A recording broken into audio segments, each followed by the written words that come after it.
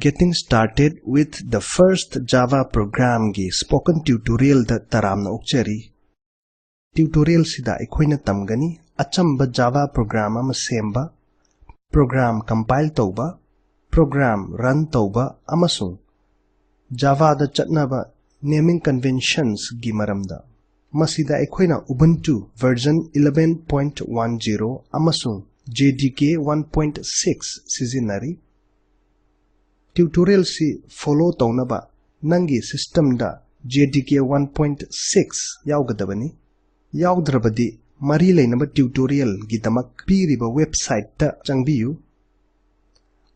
Adudi haujik aikhoigi ahanba Java program si irasi. Madugi damak nangonda terminal amasung text editor changani.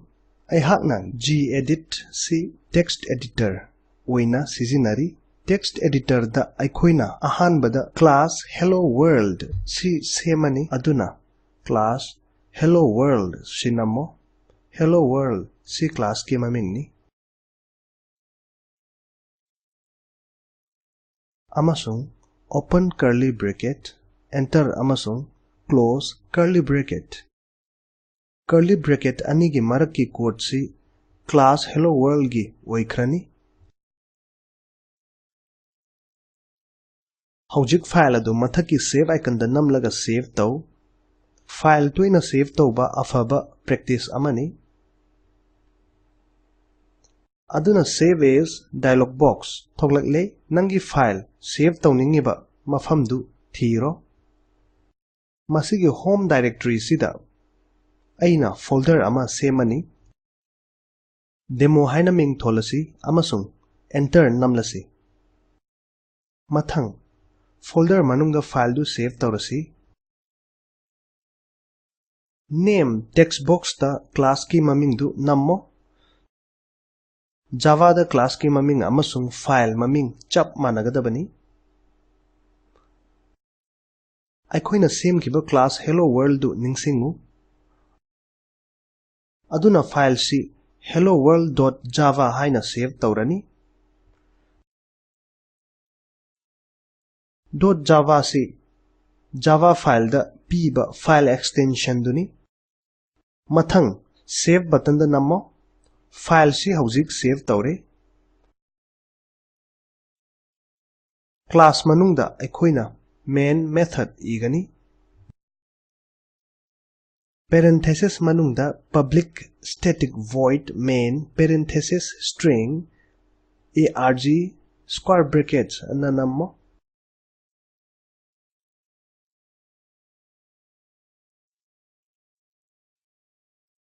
Main function na program gi ahoba point dutak I.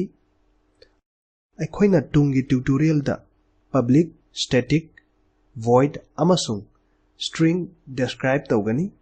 Mathang amukka hanna open curly bracket enter namo amasung close curly bracket. Curly bracket ani marakki code si main method ki oikrani. Terminal da line ama utlak naba aikoi haujik code ama irani. Aduna main method manungda system.out.println parenthesis semicolon na nammo.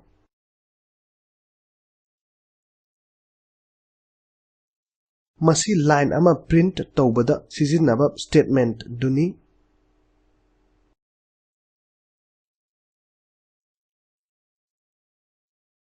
Semicolon line ama terminate taubada sizinai. Haujik Java da kari print taugani hairasi. Aduna parenthesis manungda double quotes ta my first Java program exclamation mark na nammo.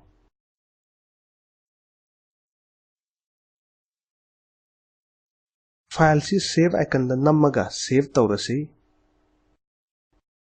Terminal da chatlasi. Nahak hello world.java save taukiba directory du da soidana laigadabani. Ningsingu ay home directory da laire. cd space demo na nammo amasung enter nammo. ls enter nammo. ꯑꯩꯈꯣꯏꯅ hello world.java file demo folder da yawba ui file si compile tawrasi java si space hello world.java si nammo amasung enter nammo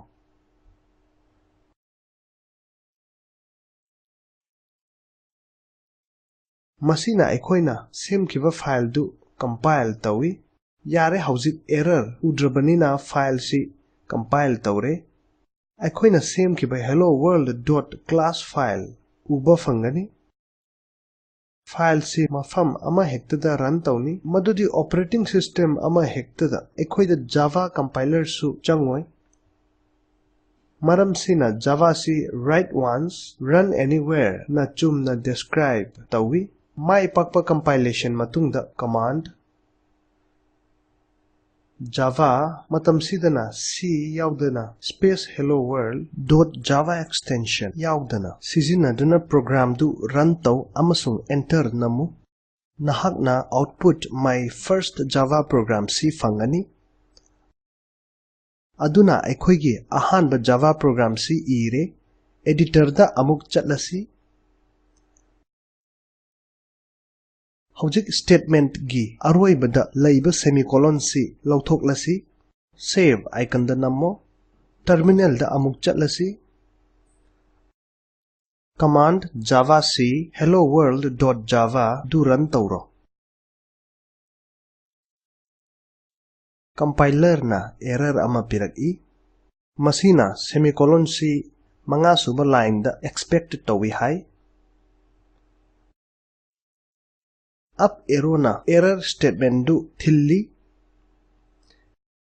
editor da amuk chatlasi java da statement loinamak semicolons ka loinana terminate tawi aduna manga suba line da chatlo amasung semicolon hapchillo save icon da nammo compiling tawdringai da file save tawba tangai fade terminal da amuk chatlasi file du java c hello world.java sizinaduna compile taw error udrabanina file si mai pakna compile tawre hojik command java hello world sizinaduna program du run taw amasung output my first java program si ui asumna java da nahakna error sing handle tawi series makha chatharakpada aikhoina error singi maramda hena tamgani hojik java da naming conventions du karino haiba urani class maming du camel case ta oigadabani haibadi anoba wahi khudingmak uppercase ta hogani khudam oina class hello world class chess game aduna hello gi h amasung world gi w uppercase ta lay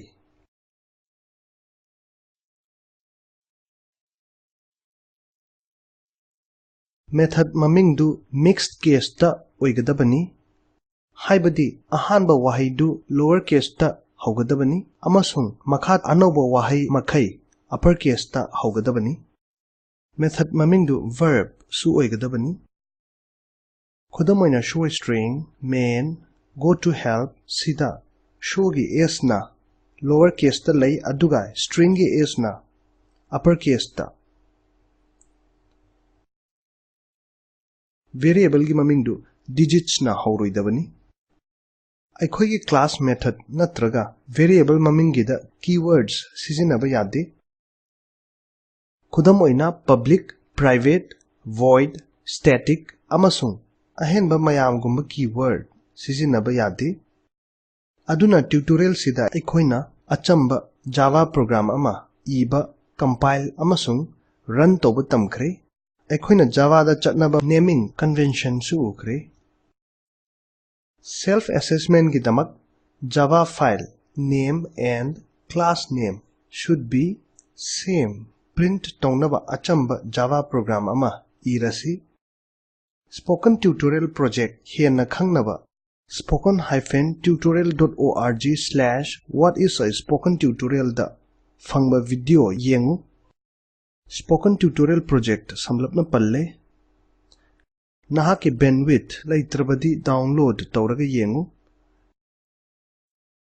Spoken Tutorial Project team na Spoken Tutorial sizinaduna workshop pangthogi online changyengda mai paklabasingda certificate pi. Ahenba marol gidamak contact@spoken-tutorial.org da ibiraku.